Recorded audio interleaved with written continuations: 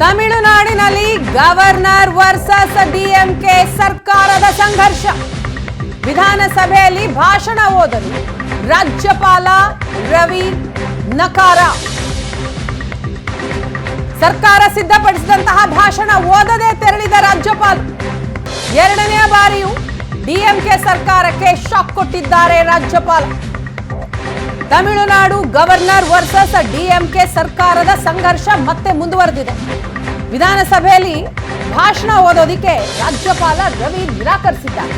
ಸರ್ಕಾರ ಸಿದ್ಧಪಡಿಸಿದಂತಹ ಭಾಷಣ ಅದನ್ನ ರಾಜ್ಯಪಾಲರು ಓದಬೇಕಾಗಿತ್ತು, ಆದರೆ ಅದಕ್ಕೆ ನಿರಾಕರಿಸ್ತಾ ಇದ್ದಾರೆ ರಾಜ್ಯಪಾಲ ರವಿ. 2 ನಿಮಿಷದಲ್ಲಿ ಮಾತು ಮುಗಿಸಿ ತೆರಳಿದ್ದಾರೆ ರಾಜ್ಯಪಾಲ ರವಿ. 2 ಬಾರಿ ರಾಷ್ಟ್ರಪತಿ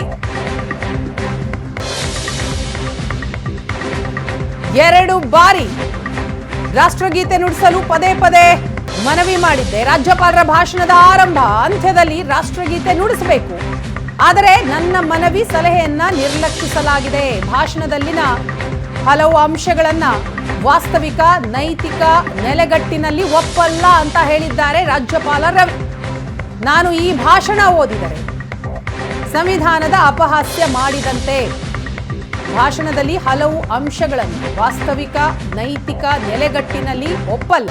ನಾನು ಈ ಭಾಷಣ ಓದಿದರೆ ಸಂವಿಧಾನದ ಅಪಹಾಸ್ಯ ಮಾಡಿದಂತಾಗುತ್ತೆ. ಸದನಕ್ಕೆ ಗೌರವ ಕೊಟ್ಟು ನಾನು ನನ್ನ ಭಾಷಣ ಮುಕ್ತಾಯಗೊಳಿಸುತ್ತೇನೆ.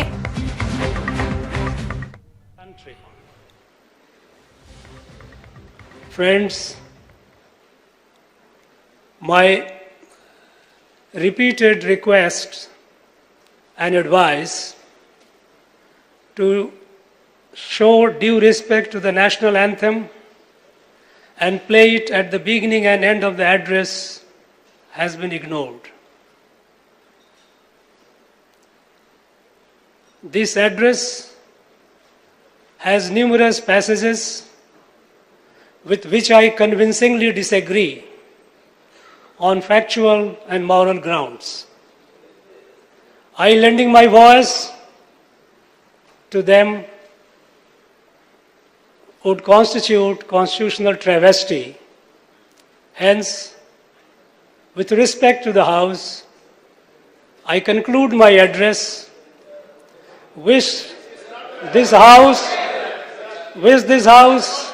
a productive and healthy discussion for the good of the people. Valga Tamil Nadu, Valga Bharatam. Jai Hind, Jai Bharat, Nandri. Country. Friends, ಇದು ತಮಿಳುನಾಡು ರಾಜ್ಯಪಾಲ ರವಿಯವರು ಆಡಿದಂತಹ ಮಾತು. ಕೇವಲ 2 ನಿಮಿಷದಲ್ಲಿ ತಮ್ಮ ಮಾತನ್ನ ಮುಗಿಸ್ತಾರೆ. 2ನೇ ಬಾರಿ ಈ ರೀತಿಯ ಬೆಳವಣಿಗೆ ಆಗ್ತಾ ಇರುವಂಥದ್ದು.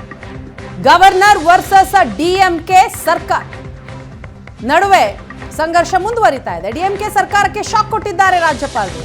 ಸರ್ಕಾರ ಸಿದ್ಧಪಡಿಸಿದಂತಹ ಭಾಷಣವನ್ನ ಓದಬೇಕಾಗಿತ್ತು, ಆದರೆ ಓದದೆ ತೆರಳಿದ್ದಾರೆ. ಕಾರಣ, ರಾಜ್ಯಪಾಲರ ಭಾಷಣದ ಆರಂಭ ಮತ್ತು ಅಂತ್ಯದಲ್ಲಿ ರಾಷ್ಟ್ರಗೀತೆಯನ್ನ ನುಡಿಸಬೇಕು, ಆದರೆ ನನ್ನ ಮನವಿ ಸಲಹೆಯನ್ನ ನಿರ್ಲಕ್ಷಿಸಲಾಗಿದೆ ಅಂತ ರಾಜ್ಯಪಾಲ ರವಿಯವರು ಹೇಳಿದ್ದಾರೆ.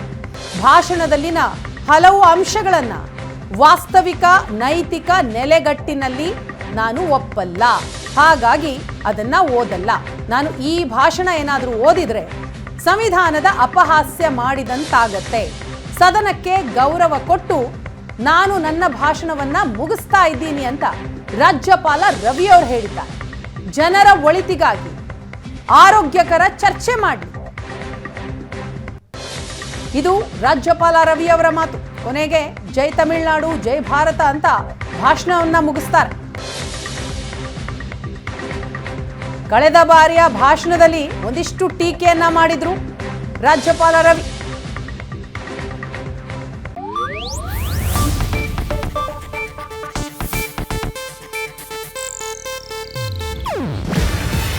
ಇದು ಏಷ್ಯಾನೆಟ್ ನ್ಯೂಸ್ ನೆಟ್ವರ್ಕ್ ಪ್ರಸ್ತುತಿ.